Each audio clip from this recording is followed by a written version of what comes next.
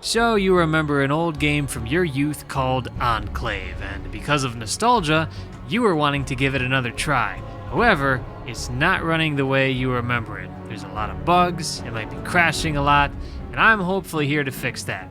My name is Landon Rivers, let's play Enclave.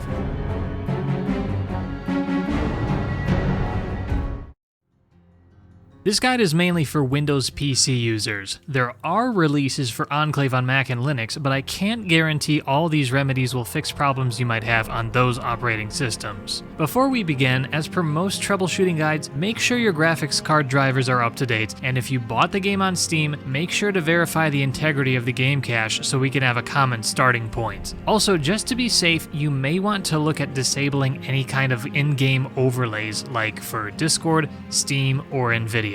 Here is the general summary of steps we're going to take to help fix Enclave. Links for everything are in the video description. Now let's run through some of the common problems and explain their fixes. First, your game might be too dark. Even adjusting the brightness doesn't make a difference. This is something I found only occurs when you're in full screen. Unfortunately, the only reliable way I've found to fix this is to play in a windowed screen. Even then, getting the brightness option to adjust properly is not reliable. It will simply use your desktop brightness. Next, let me list off a few issues, all which have the same solution. 1. Your game's FPS is way too high, though that affects very few things, such as drowning quickly. 2. Some of the assets have incorrect lighting. 3. The character is slowing down when turning the mouse. Luckily, all of these are solved through using the graphics wrapper called dgVoodoo 2. dgVoodoo 2 has come a long way in the past few years, and I had my reservations, but now I swear by it to help with several of my older games. This program contains a bunch of old graphics APIs for use in Windows 7 and above, because as many of you remember, lots of our favorite games stopped working when Windows 7 came out. Using dgVoodoo 2 with Enclave is fairly lightweight. Head to the link in the description to the download page and download the latest stable version. In the zip file, you'll just need 3 things: the D3D8 DLL file found in the MS then x86 folder, the dgVoodoo config file, and the dgVoodoo control panel file. We're going to be emulating Direct3D8 through this wrapper, which Enclave was originally optimized around.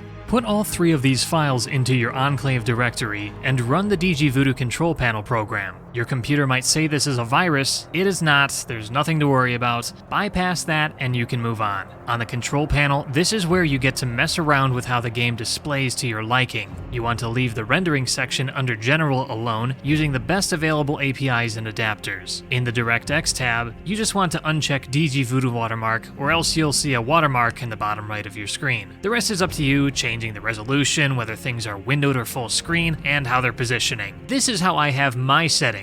I don't touch the glide section at all, just click apply, and when you're done, run the game. A note that with my settings, I need to make sure that the game is set to be full screen at the resolution I specified. The wrapper will then make it windowed, and I just need to Alt-Tab out and maximize the window to see everything. Already, we see the FPS counter much lower on the main screen and during play. Try playing the first level. You'll notice that part with the lighting in the sewer is working properly now. Also, this fixed the issue of your character slowing down when you turn the mouse. Big problem. Your game keeps crashing. You beat a level and it crashes, you replay a level and it crashes, you move 10 feet and it crashes, and there's just this magical black screen talking about an unrecoverable error, and it totally screws up your Enclave experience.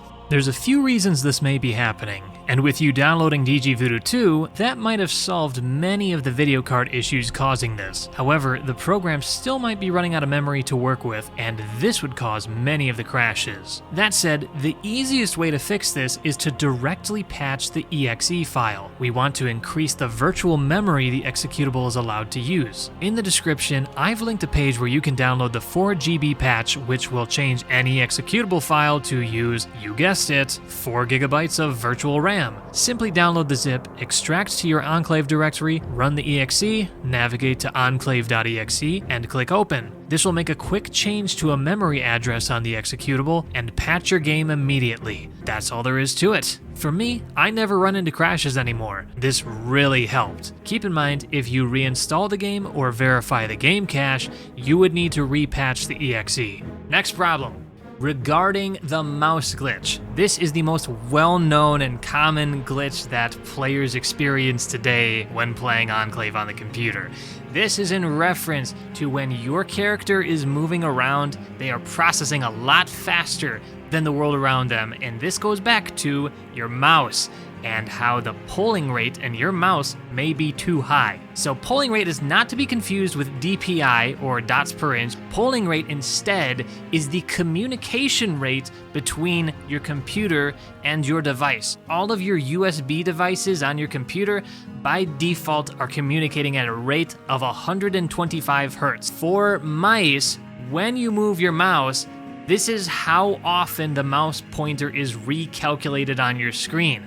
And since we've had a need for finer control and granularity in our games and softwares nowadays, many modern laser and gaming mice have hardware which pushes the polling rate a lot higher than the standard 125 Hertz. So in Enclave, whenever you move your camera around with the mouse, the game recalculates and renders your character's animations based on the polling rate.